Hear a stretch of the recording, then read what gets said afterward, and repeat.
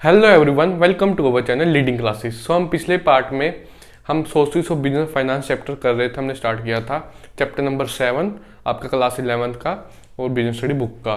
तो कईयों को कन्फ्यूजन है कि ये चैप्टर नंबर 7 ही कि चैप्टर नंबर 8 है। तो मैंने तब भी बताया था, अब भी बता रहा हूँ कि एनसीईआरटी बुक्स में ये चैप्टर नंबर 8 है, कई और बुक्स में भी चैप्टर नंबर 8 है, बट मैं मेनली पूनम गांधी को रेफर कर रहा हूँ, तो उसमें चैप्टर नंबर 7 है।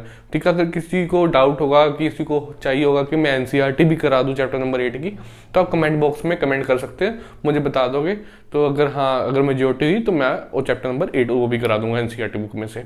तो हमने उसमें पढ़ लिया था कि सोर्स ऑफ बिजनेस फाइनेंस में हमने उसका मीनिंग वगैरह पढ़ लिया था कि फाइनेंस में सोर्स ऑफ बिजनेस फाइनेंस का मतलब क्या था कि कौन कौन से सोर्स होते हैं जो बिजनेस में पैसा लाया जा सके, कि कहाँ कहाँ से बिजनेस में पैसा आ सकता है। ठीक है, तो उसमें हमने पढ़ा था कि on the basis of ownership में हमने पढ़ा था कि ओनर्स फंड होता है, बोरोड फंड होता है। ओनर फंड में वो होता है कि जो ओनर्स का पैसा लगा होता है, जो मालिक का पैसा बिजनेस में लगता है, उसको ओनर्स फंड कहते हैं। और बोरोड फंड नाम से क्लियर है कि जो बोरिंग्स होती हैं, जो हमने लोन्स लिए होते हैं, ठीक है, क्रेडिट पे पैसा लिया होता है, उधार लिया होता है, उसको हम बोरोड फंड कहते हैं। ठीक है, आज हम उसको पूरा एक्सप्लेन करेंगे कि कौन कौन से ओनर्स फंड होते हैं।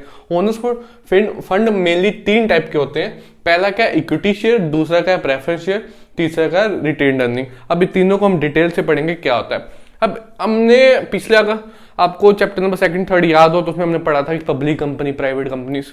ठीक है, तो उसमें क्या होता है, जो प्राइवेट कंपनीज होती है ना, प्राइवेट कंपनी के आपके मेनली कितने मेंबर्स होते हैं?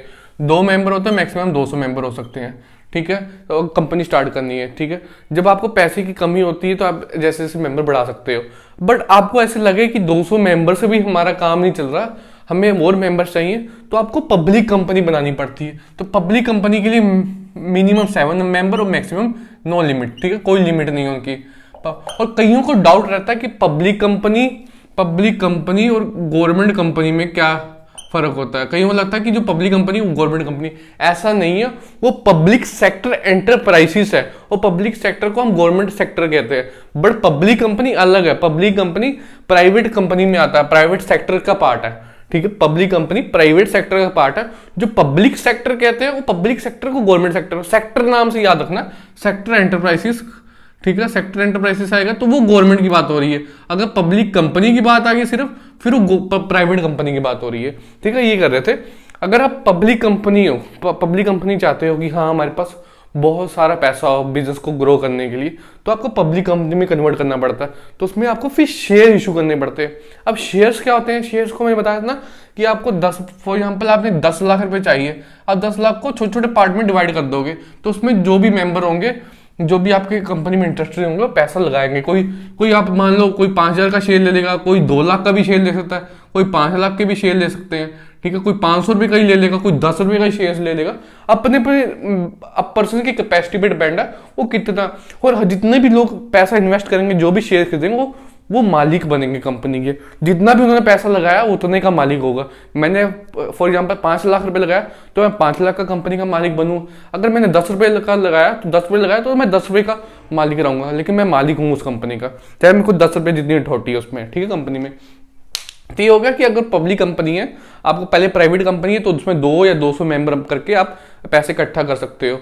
ठीक है, अगर आपको पब्लिक कंपनी बनानी है, ठीक है, कि आपको शेयर इशू करने हैं, शेयर इशू करने के लिए आपको कंपनी को पब्लिक कंपनी में कन्वर्ट करना पड़ता है। और उसके लिए आपको 7 मेंबर चाहिए होता है मिनिमम, और मैक्सिमम नो लिमिट। फिर आप शेयर जितने मर्जी इशू कर दो। ठीक है, अब शेयर में भी क्या होता है कि आपके आते हैं इक्विटी शेयर और प्रेफरेंस शेयर। अब इक्विटी शेयर क्या होता है, प्रेफरेंस शेयर होता है, ऑलमोस्ट सेम होते हैं शेयर्स, बट उसमें उनमें आपस में बहुत डिफरेंस होता है। अब इक्विटी शेयर क्या होता है, प्रेफरेंस शेयर। पहले मैं शेयर बता दूं क्या होता है। Share is the smallest unit in which owners capital of the company is divided. ठीक है, क्या होता है कि स्मॉलेस्ट यूनिट होता है जिसमें क्या, स्मॉलेस्ट का मतलब क्या हो गया, जैसे मैंने बताया ना आपको 10 लाख रुपए का था, ये 500, 2 लाख, 5 लाख रुपए, 3 लाख रुपए में डिवाइड होगा, छोटी छोटी अमाउंट में डिवाइड हो जाता है। ठीक है, which owners capital of the company divided, कि ओनर की कैपिटल डिवाइड होती है। ये क्या है, ये ओनर हो गए। ठीक है, ये 500 वाला, 2 लाख हो रहा है, 5 लाख वाला, ठीक है, 500 वाला, 50 वाला, सारे ओनर्स हैं। ठीक है, क्या होता है, शेयर क्या होता है, share is the smallest unit. ठीक है, स्मॉलेस्ट यूनिट होता है in which owner capital of company divided, कि ओनर्स को कैपिटल को डिवाइड कर देते हैं स्मॉलेस्ट यूनिट में। ठीक है, छोटे छोटे पार्ट्स में आप शेयर को डिवाइड कर सकते हैं, ओनर्स कैपिटल को छोटे छोटे पार्ट्स में डिवाइड कर देते हैं। ठीक है, उसको कहते हैं हम शेयर्स। ठीक है, अब शेयर भी मेनली दो टाइप के होते हैं, इक्विटी शेयर, प्रेफरेंस शेयर। अब इक्विटी शेयर क्या होता है? Equity share is a common security issued under permanent और ओनर फंड कैपिटल, की सिंपल सिक्योरिटी होती है जो इशू होती है अंडर परमानेंट कैपिटल और ओनर फंड। ओनर फंड का कैपिटल मतलब कि ओनर फंड जुटाने के लिए, अगर पैसा जुटाने के लिए, परमानेंट कैपिटल में बताया था जिसमें पैसा इन्वेस्ट हो जाता है उसको परमानेंट फंड होता है। पिछले पार्ट में जाकर पढ़ सकते हो कि परमानेंट को वापस नहीं करना होता कंपनी को, ठीक है, जब तक कंपनी चलेगी, ठीक है। तो परमानेंट ओनर फंड जुटाने के लिए आप इक्विटी शेयर इशू करता है बंदा। Equity share the most important source of raising long term capital. ये मेनली बहुत इंपॉर्टेंट सोर्स होता है, किसके लिए? लॉन्ग टर्म कैपिटल चाहिए होती है। अगर आप शॉर्ट टर्म कैपिटल चाहिए होती तो आप बोरोड फंड ले सकते हैं, बैंक से लोन लेके आप वापस कर सकते हो जब आपके पैसा हो गया। अगर लॉन्ग टर्म कैपिटल चाहिए आपको, ठीक है, फिर आपको क्या कहते हैं, इक्विटी शेयर क्या कहते हैं, रेज करने पड़ते, इशू करने पड़ते। The equity share are those share which do not carry any special और preference right in the payment of annual dividend etcetera, ठीक है। जो इक्विटी शेयर होते हैं उसमें कोई स्पेशल, उसमें उनको प्रेफरेंस नहीं दी जाती थी, उनके पास प्रेफरेंस राइट कोई नहीं होते इन the payment of annual dividend, ठीक है। जब एनुअल डिविडेंड बढ़ता है ना, मैंने बताया था ना, जो इक्विटी शेयर इन्वेस्ट करते हैं उनको क्या कहते हैं, हिस्सा मिलता है। जब कंपनी प्रॉफिट अर्न करती है तो उनको हिस्सा मिलता है, उसको हिस्से को हम डिविडेंड कहते हैं। जो बोरोड फंड होते हैं उसमें हम इंटरेस्ट पे करते हैं, ठीक है, जितना इंटरेस्ट डिसाइड होता है उतना पे करते हैं। बट जब क्या कहते हैं, जो इसने शेयर में इन्वेस्ट किया होता है उनको डिविडेंड मिलता है, जो प्रॉफिट का हिस्सा मिलता है, ठीक है। बट जो इक्विटी शेयर होते हैं, इक्विटी शेयर में क्या होता है कि जो प्रेफरेंस शेयर को ना पहले प्रेफरेंस दी जाती है कि हाँ, आपको जब मान लो कंपनी ने प्रॉफिट अर्न किया तो उनको पहले पैसे दिए जाएंगे प्रेफरेंस शेयर को, बट जो इक्विटी शेयर है उनको बाद में दिए जाते हैं। बट इसमें डिफरेंस क्या आता है, इक्विटी शेयर में क्या, प्रेफरेंस शेयर में क्या होता है कि जो उनका ना फिक्स टर्म डिवाइडेड है, कि हाँ फिक्स है, कि फिक्स्ड है कि तुम्हें इतना ही आपको हिस्सा मिलेगा। मान लो आपका डिवाइड, मान लो 5% था हिस्सा, 5 लाख रुपए इन्वेस्ट किया, मान लो सॉरी आपने 100 रुपये इन्वेस्ट किया, ठीक है। आप 5% आपको हिस्सा मिलना है, तो कितना हो गया? 5%, आपका 5 रुपये हो गया, आपको 105 5 रुपये ही आप, सॉरी 5 रुपये ही आपको मिलने हैं, ठीक है, 5% ही आपको मिलेगा। बट इक्विटी शेयर में क्या ऐसा है, इक्विटी शेयर में ऐसा है कि जितना भी प्रॉफिट अर्न होगा उसके हिसाब से डिविडेंड दिया जाएगा। ज्यादा प्रॉफिट है ज्यादा हिस्सा मिलेगा, अगर कम प्रॉफिट है तो कम हिस्सा मिलेगा। बट प्रेफरेंस शेयर में जितना हिस्सा आपका, जितना परसेंट डिसाइडेड है उतना ही आपको मिलेगा, ना उससे कम मिलेगा ना उससे ज्यादा मिलेगा। बट प्रेफरेंस शेयर को भी तब भी हिस्सा मिलेगा जब कंपनी प्रॉफिट अर्न करेगी, अगर नहीं अर्न करेगी तो प्रेफरेंस शेयर को भी नहीं पैसा मिलेगा, ठीक है। बट इक्विटी शेयर इसमें आ गया कि दोस्त कैरी नो स्पेशल प्रेफरेंस, इनको कोई प्रेफरेंस स्पेशल राइट नहीं होता पेमेंट ऑफ एनुअल डिविडेंड की, ठीक है। उसके ऊपर से जब प्रेफरेंस शेयर को पहले पैसे मिलेंगे, जब बच जाएंगे तो इक्विटी शेयर को पैसे मिलेंगे, ठीक है, जितना भी बाकी प्रॉफिट बच जाएगा उसमें डिवाइड होगा, ठीक है। ऐसा नहीं कि पहले इक्विटी शेयर, पहले प्रेफरेंस को पैसे मिल जाएंगे फिर इक्विटी शेयर वालों को पैसे मिलेंगे। At the time of winding up also capital of equity shareholder is return after every claim has been settle.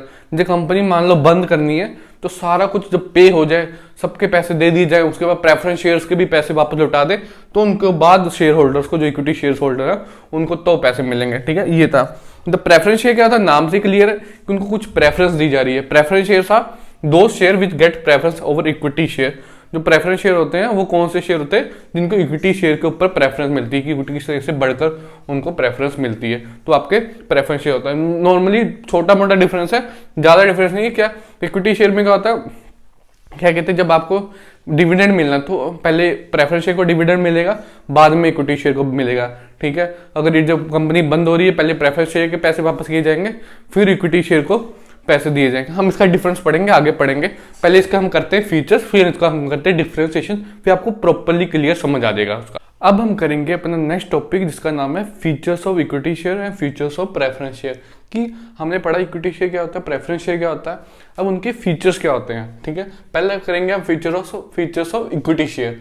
पहला क्या फीचर है, प्राइमरी रिस्क बेयरर। कि प्राइमरी रिस्क बेयरर होते हैं इक्विटी शेयर, मैंने बताया ना, उनको सबसे आखिरी में प्रॉफिट मिलता है, सब कुछ पे होने के बाद, ठीक है। तो फिर क्या हुआ, प्राइमरी रिस्क बेयरर। कल को रिस्क होता है, कल को लॉस होता है, ठीक है, तो उनको पैसा नहीं मिलना, ठीक है। अगर बाय चांस सारे पैसे पेमेंट करने के बाद कुछ ना बचा तो उनको उस हिसाब से पैसा मिलेगा। तो मान लो कुछ भी ना बचा तो उनको क्या ही मिलेगा, ठीक है। वो प्राइमरी रिस्क बेयर होते हैं, सबसे ज्यादा वो रिस्क बेयर करते हैं, ठीक है। प्राइमरी में सबसे ऊपर वही टॉप पे वही रिस्क बेयर करने वाले होते हैं, ठीक है, पूरी कंपनी का। आगे क्या, क्लेम ओवर रेजिडुअल इनकम। अब रेजिडुअल इनकम क्या होती है कि जो सब कुछ पे करने के बाद ना क्रेडिटर की सैलरी, ये वो क्रेडिटर की, सॉरी सैलरी कह रहा हूँ, क्रेडिटर की पेमेंट, इंटरेस्ट, उनका पैसा, सब कुछ देने के बाद जो पैसा बच जाता है उनके ऊपर उनका क्लेम होता है बस। कि मतलब कि जो आखिरी में इनकम हो जाती है, बताया था ना कि आखिरी में जो इनकम बचती है उसके ऊपर ही उनका अधिकार होगा, वहीं से उनको क्या कहते हैं, उनको डिविडेंड मिलेगा। ठीक है, लेफ्ट ओवर इनकम जो होती है, जो लास्ट में बच जाए उस पर उनका क्लेम होता है, उनका अधिकार होता है, उसी में से उनको डिविडेंड मिलेगा। ठीक है, आगे क्या, basis for loans.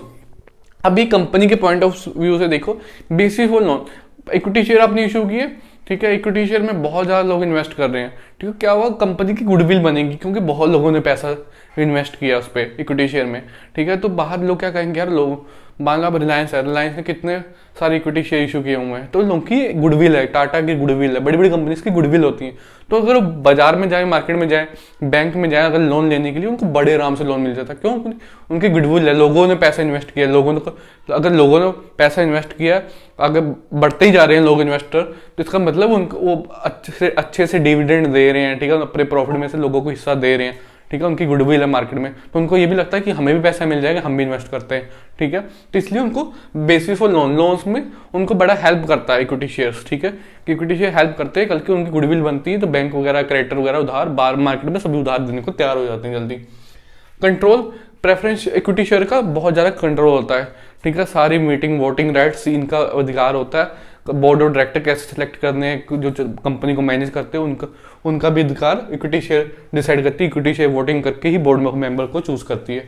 Higher profit, मतलब कंपनी जब हायर प्रॉफिट करेगी अर्न, ठीक है, सबके तो फिक्स अमाउंट है, इंटरेस्ट देना है। ठीक है, क्रेडिटर का फिक्स इंटरेस्ट देना है, प्रेफरेंस शेयर का फिक्स है कि इनको इतना ही डिविडेंड मिलना है। उसके बाद बहुत ज़्यादा अमाउंट बच गया तो फिर इक्विटी शेयर के मजे ही मजे हैं, तो उनको बहुत ज़्यादा डिविडेंड मिल जाएगा। ठीक है, आगे क्या, प्री एम्प्टिव राइट। अब प्री एम्प्टिव राइट क्या होता है, फॉर एग्जाम्पल कंपनी ने अपनी इन्वेस्टमेंट बढ़ानी है। ठीक है, कंपनी क्या करेगी, नए शेयर इशू करेगी मार्केट में। ठीक है, जब नए शेयर इशू करेगी, सबसे पहले उनको इक्विटी शेयर को ऑफर करने पड़ेंगे कि आप ले आपने नए शेयर इशू करने, आप लेना चाहो तो ले सकते हो, खरीद सकते हो हमारे शेयर। अगर वो कहते हैं कि नहीं हमने नहीं लेने, तो वो जनरल पब्लिक को इशू करेगी। अगर वो कहेंगे हमने लेने, तो उनको ही पहले देने पड़ेंगे, बाद में क्या कहते हैं, जनरल पब्लिक को इशू करेंगे। ठीक है, अगर उसमें बचते हैं तो उनका प्रीएम्प्टिव राइट होता है। उनका अगर नए शेयर इशू हो रहे हैं, ठीक है, फिर उन पर अधिकार पहला होगा। अगर वो एक्सेप्ट करते हैं ठीक है, नहीं करते तो जनरल पब्लिक को इशू होंगे। ठीक है, परमानेंट कैपिटल है एक तरह की, जब बिजनेस में इन्वेस्ट होगी, जब तक बंद नहीं होगा बिजनेस तब तक उनके पैसे वापस नहीं होने। ठीक है, आगे क्या, फीचर्स ऑफ प्रेफरेंस शेयर कर लेते हैं। क्या है, पहले क्या, fix rate of interest, dividend, sorry मैं बताया था, इसमें डिविडेंड फ्लक्चुएट करता है प्रॉफिट के अकॉर्डिंग, बट इसमें क्या होता है, डिविडेंड फिक्स्ड है। ठीक है, पहले प्रेफरेंस शेयर को पैसे मिलते हैं, फिर उनको इक्विटी शेयर को पैसे मिलते हैं। ठीक है, इनका डिविडेंड फिक्स है, इनको जितना पैसा मिलना है उतना फिक्स है। ठीक है, डिसाइडेड है पहले से, इतना ही मिलेगा। डिविडेंड तब भी मिलेगा जब कंपनी को प्रॉफिट होगा, अगर नहीं प्रॉफिट होगा तो डिविडेंड नहीं मिलेगा। ठीक है, बट अगर डिविडेंड मिल रहा है तो इनका फिक्स है, इनको ज़्यादा नहीं मिल सकता, जितना मिलना उतना ही मिलना है। नो सिक्योरिटी, इसमें कोई सिक्योरिटी नहीं देने की जरूरत होती कंपनी को कि हाँ सिक्योरिटी दोगे तो हम पैसा क्यों इसमें सिक्योरिटी का पॉइंट आया, क्योंकि इसमें फिक्स रेट ऑफ डिविडेंड मिलता है, तो जो इंटरेस्ट होता है फिक्स रेट ऑफ हम क्रेडिटर्स को देते हैं, बैंक को देते हैं। ठीक है, उनको सिक्योरिटी देनी पड़ती है कि हमें लोन लेने के लिए, एक तरह से लोन ही माना जाता है, बट इक्विटी बट शेयर के रूप में, तो इसमें नो सिक्योरिटी, इसमें कोई सिक्योरिटी नहीं देनी। अगर बाहर से हम लोन लेंगे तो उनको हमें सिक्योरिटी देनी पड़ती है। ठीक है, बट इसमें कोई सिक्योरिटी नहीं होती। ठीक है, आगे वोटिंग राइट इनका बिल्कुल नहीं होता। अगर 2 साल से इनको डिविडेंड नहीं मिल रहा तो ये फिर हाँ वोटिंग कर सकते, कुछ कर सकते, नया मुद्दा उठा सकते, बट उसके पहले कुछ नहीं कर सकते। हाइब्रिड सिक्योरिटी, हाइब्रिड आजकल पता ना आप, हाइब्रिड गाड़ियां आती हैं जो पेट्रोल से भी चलती हैं, इलेक्ट्रिकल भी चलती हैं। ठीक है, इलेक्ट्रिसिटी से चलती हैं, तो वैसे ही हाइब्रिड सिक्योरिटी, हाइब्रिड है मतलब कि इसमें 2 रूप हैं, इक्विटी शेयर्स वाले भी, एक डिबेंचर्स वाले भी। डिबेंचर्स होता है लोन होता है। ठीक है, इक्विटी शेयर का क्या रूप है कि इनको जब प्रॉफिट में कंपनी को हिस्सा प्रॉफिट होगा तब भी इनको हिस्सा मिलेगा, तो इक्विटी शेयर का रूप है। और दूसरा उनका डिबेंचर्स वाला कैसे है, लोन वाला कैसे है कि जब इनका fix rate of dividend decided है कि इतना फिक्स है, इतना ही मिलना, ना ज़्यादा मिलना ना कम मिलना है। तो इसमें 2 रूप है, हाइब्रिड सिक्योरिटी है। Help to collect large amount of funds. ठीक है, लार्ज अमाउंट ऑफ फंड इकट्ठा करने में हेल्प करता है। कैसे करता है कि ये ना ऐसे कि इसमें फिक्स डिविडेंड है, लोगों को अट्रैक्ट करता है कि हाँ यार अगर कंपनी चल रही है, उसको प्रॉफिट हो ही रहा है तब भी चल रही है, और हमें इतना फिक्स ही मिलना है, ठीक है, इसमें इन्वेस्ट कर लेते हैं। इक्विटी शेयर में थोड़ा रिस्क है, कम होगा तो कम मिलेगा, ज़्यादा होगा ज़्यादा मिलेगा, बट इसमें तो फिक्स है ना। थोड़ा भी अगर कंपनी को थोड़ा भी प्रॉफिट होता है, बट हमें तो उतना ही है ना कि मिलना है, डिसाइडेड है, तो उसको पब्लिक को अट्रैक्ट करता है, तो उसमें लोग ज़्यादा पैसा इन्वेस्ट करते हैं, ठीक है। नो फिक्स्ड लाइबिलिटी, इसमें कोई लाइबिलिटी फिक्स नहीं है। अगर कंपनी को फ़ायदा होगा, प्रॉफिट होगा, तो आपको डिविडेंड मिलेगा। अगर इसमें क्या कहते हैं नहीं होगा प्रॉफिट, तो आपको डिविडेंड नहीं मिलेगा। तो ये हमारे से फीचर्स। अब हम करते हैं इसमें क्या है कि डिफरेंस क्या है इक्विटी शेयर और प्रेफरेंस शेयर में। अब हम करेंगे डिफरेंस बिटवीन इक्विटी शेयर और प्रेफरेंस शेयर की क्या क्या डिफरेंस है। पहला क्या है, फेस वैल्यू। फेस वैल्यू क्या होती है, इशू वैल्यू। जो कंपनी शेयर इशू करती है उसकी जो वैल्यू रखी जाती है, जो प्राइस का रखा जाता है, उसको हम फेस वैल्यू कहते हैं, ठीक है। वो क्या होता है, इक्विटी शेयर का लो होता है और प्रेफरेंस शेयर का हाई होता है। मतलब कि जब शेयर इशू होता है, जो उसका प्राइस डिसाइड होता है ना, कि मान लो शेयर इशू हुआ, मान लो किसी कंपनी का, ABC कंपनी का, उन्होंने 10 रुपये प्राइस रखा है, ठीक है, तो उनका प्राइस क्या होगा, 10 रुपये हो गया उसकी फेस वैल्यू, ठीक है। उसको जैसे कि इक्विटी शेयर की उन्होंने 10 रुपये रख दी, प्रेफरेंस शेयर की उन्होंने 12 रुपये रख दी। क्यों? क्योंकि इनमें fix rate of dividend decide होता है, तो उसको थोड़ा हाई रख देते हैं, ठीक है। इसलिए फेस वैल्यू क्या होता है, जिस प्राइस पे शेयर इशू होता है, ठीक है। इक्विटी शेयर का क्या होता है, लो होता है, और प्रेफरेंस शेयर का हाई होता है। हाई क्या होता है, समझ जाना कि डिविडेंड फिक्स होता है, ठीक है, उसमें डिविडेंड इतना मिलेगा। आगे क्या डिविडेंड पॉइंट आ गया, dividend paid after paying dividend to all share. इसमें डिविडेंड आपको कब मिलेगा, जब कंपनी का प्रॉफिट होगा। पहला पॉइंट क्या है कि कंपनी को जब प्रॉफिट होगा, उसके बाद जब सबको डिविडेंड मिल जाएगा, ठीक है, सारे टाइप के शेयर्स को, तो उसके बाद इक्विटी शेयर को डिविडेंड पे होगा। इसमें प्रेफरेंस शेयर में भी सेम पॉइंट है, पहला पॉइंट कि जब कंपनी को प्रॉफिट होगा तो आपको डिविडेंड मिलेगा, तो इक्विटी शेयर से लेकिन आपको पहले डिविडेंड मिलेगा, ठीक है। बट दोनों में केस में प्रॉफिट पहले कंपनी का होना जरूरी है। इसमें प्रॉफिट हो जाएगा तो बट प्रेफरेंस शेयर से पहले, बाद में इसको मिलेगा। इसमें क्या है, आपको प्रेफरेंस इक्विटी शेयर से पहले मिल जाएगा, ठीक है। आगे क्या, वोटिंग राइट। इसमें वोटिंग राइट होती है इक्विटी शेयर में, बट जो प्रेफरेंस शेयर्स है उसमें वोटिंग राइट्स नहीं होती। बट बाय चांस आपको 2 साल से डिविडेंड नहीं पे हुआ, तब आपको वोटिंग राइट्स मिल सकती है, ठीक है। अट्रैक्शन, कौन से पब्लिक को अट्रैक्ट करता है शेयर, ठीक है, ये किसको अट्रैक्ट करता है, कौन से टाइप को इन्वेस्टर को अट्रैक्ट करता है, जो इन्वेस्टर बोल्ड होते हैं और एडवेंचरस होते हैं। एडवेंचरस मतलब क्या हो गया कि आपको डिसाइडेड तो है नहीं कि आपको कितना मिलेगा कितना नहीं मिलेगा, कोई एक तरह का एडवेंचर हो गया। कि एडवेंचर क्या होता है, जब हमें पता ना हो क्या होने वाला है, तो उनको पता नहीं होता है, तो इस टाइप के जो इन्वेस्टर्स होते हैं वो बोल्ड होते हैं, एडवेंचरस होते हैं। वो मतलब कि हाँ एडवेंचर करते हैं कुछ, ठीक है, तो इसमें इन्वेस्ट करते हैं शेयर में, तो हमें पता नहीं रिस्क होता है, इसमें रिस्क होता है मेनली। तो अगर प्रॉफिट ज़्यादा होगा तो ज़्यादा आपको डिविडेंड मिलेगा, कम होगा तो कम मिलेगा। इसमें क्या अट्रैक्ट कौन से करता है, जो क्वेश्चन होते हैं कंजर्वेटिव इन्वेस्टर होते हैं, जिनका माइंड कंजर्वेटिव होता है कि नहीं यार हमें नहीं इतना रिस्क लेना, हमें तो फिक्स चाहिए कि हाँ फिक्स अमाउंट ऑफ हमें हमारे मिल जाए, ठीक है। इसमें एडवेंचरस आते हैं, इसमें नॉर्मल कंजर्वेटिव आते हैं। रिस्क कितना होता है, ये प्राइमरी रिस्क बेयर होता है। हमने पीछे किया ना कि वो प्राइमरी इसका फीचर किया ना, primary risk bearer. Primary risk bearer सबसे ज्यादा रिस्क उठाने वाले ये होते हैं, इक्विटी शेयर होते हैं। जब सबको पैसे दे दिए जाएंगे तो इनको मिलेंगे, ठीक है। अगर नहीं होगा, कोई कल को प्रॉफिट ही नहीं हो रहा तो उनको कुछ मिलेगा ही नहीं, ठीक है। इसमें क्या होता है, रिस्क कम होता है, रिलेटिवली लेस होता है, बट कम होता है। होता कैसे है, मतलब कि जब सबको इन्वेस्टर, हाँ इसमें कब होता है, कम कैसे होता है कि जब अगर प्रॉफिट कंपनी को होगा तो क्या कहते हैं, तब भी आपको क्या कहते हैं, वो आपको डिविडेंड मिलेगा। कंपनी को नहीं प्रॉफिट होगा तो आपको डिविडेंड कहाँ से मिलेगा, तो इसमें थोड़ा बहुत रिस्क है। बट इसमें बहुत ज़्यादा रिस्क है कि जब इनको पेमेंट हो जाएगी, सबको पेमेंट हो जाएगी, तब इनको जाके डिविडेंड मिलेगा। Refund of capital eight the time of winding up, जब कंपनी बंद हो रही है तो सबसे आखिरी में इनको पैसा मिलता है। जब प्रेफरेंस शेयर को पैसे दे दिए जाए, सबको डिवेंचर्स को, इन्वेस्टर को, क्रेडिटर को सारे पैसे दे दिए जाएंगे, तो इक्विटी शेयर को पैसे दे जाएंगे। बट इसमें क्या होता है, सबको डिबेंचर वगैरह को पैसे देने के बाद जो बच जाते लोग, पहले इनको प्रायोरिटी मिलेगी, प्रेफरेंस शेयर्स वालों को, फिर इक्विटी शेयर वालों को, ठीक है। Get priority over equity share, कि इक्विटी शेयर से पहले प्रायोरिटी होती है, बट कई लोगों के बाद में प्रायोरिटी होती है, ठीक है। पहले डिबेंचर्स को पैसा पे हो जाएगा, तभी इसको प्रेफरेंस शेयर को पैसा मिलेगा, ठीक है। आगे क्या है, रिडम्पशन। अब रिडम्पशन का मीनिंग क्या होता है, रिडम्पशन मतलब क्या होता है कि जब मान लो कंपनी ने आपको शेयर बेच दिए हैं, ठीक है। रिडम्पशन करती कंपनी कब करती है, कंपनी कहती है कि जितना आप मान लो किसी के पास जितने शेयर्स हैं ना, उसमें से आधे शेयर हमें वापस कर दो, हमें वापस बेच दो, उसको हम रिडम्पशन कहते हैं। ये कंपनी कभी कभार करती है ऐसा, ठीक है, ठीक है। कि जैसे कि मान लो मेरे पास 10 शेयर्स है कंपनी के, ठीक है, कंपनी कहेगी मुझे 5 शेयर वापस बेच दो, तो भी वो वापस करने पड़ेंगे, ठीक है, रिडम्पशन होती है। बट इक्विटी शेयर में ऐसा नहीं पॉसिबल है, कंपनी नहीं कर सकती रिडम्पशन, ठीक है, इसमें कंपनी रिडम्पशन नहीं कर सकती और पैसे भी नहीं कभी वापस कर सकती जब तक कंपनी चल रही है। जब कंपनी बंद हो जाएगी तो उनको पैसे वापस करने पड़ेंगे, अगर बचते हैं तो। अगर नहीं बचते, उनके पास कुछ भी नहीं बचता तो कुछ नहीं पैसा वापस होगा। प्रेफरेंस शेयर में क्या होता है, on the expiry of fix period, जो उन्होंने फिक्स पीरियड डिसाइड किया हुआ है कि हाँ इस फिक्स पीरियड के बाद रिडम्पशन होनी है तो उनको रिडम्पशन करनी पड़ेगी, और the option of the company, और कंपनी का ऑप्शन है कि कंपनी करना चाहती है कि नहीं करना चाहती, ठीक है। उनमें डिसाइडेड होता है कि फिक्स पीरियड का पहले ही कॉन्ट्रैक्ट हुआ होता है कि डिसाइड होगा कि नहीं होगा। अब बाई चांस कंपनी अपने चेंज करते रूल्स रेगुलेशन तो हो सकता है, ठीक है। ये थे हमारे इक्विटी शेयर और प्रेफरेंस शेयर का डिफरेंस।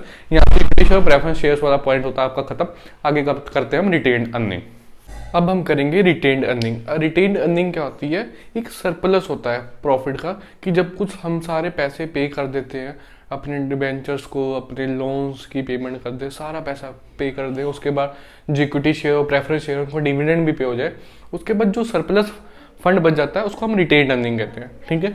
अब मैंने पिछले पार्ट में भी आपको बताया था रिटेन्ड अर्निंग क्या होता है, इसमें बता रहा हूँ रिटेन क्या होता है।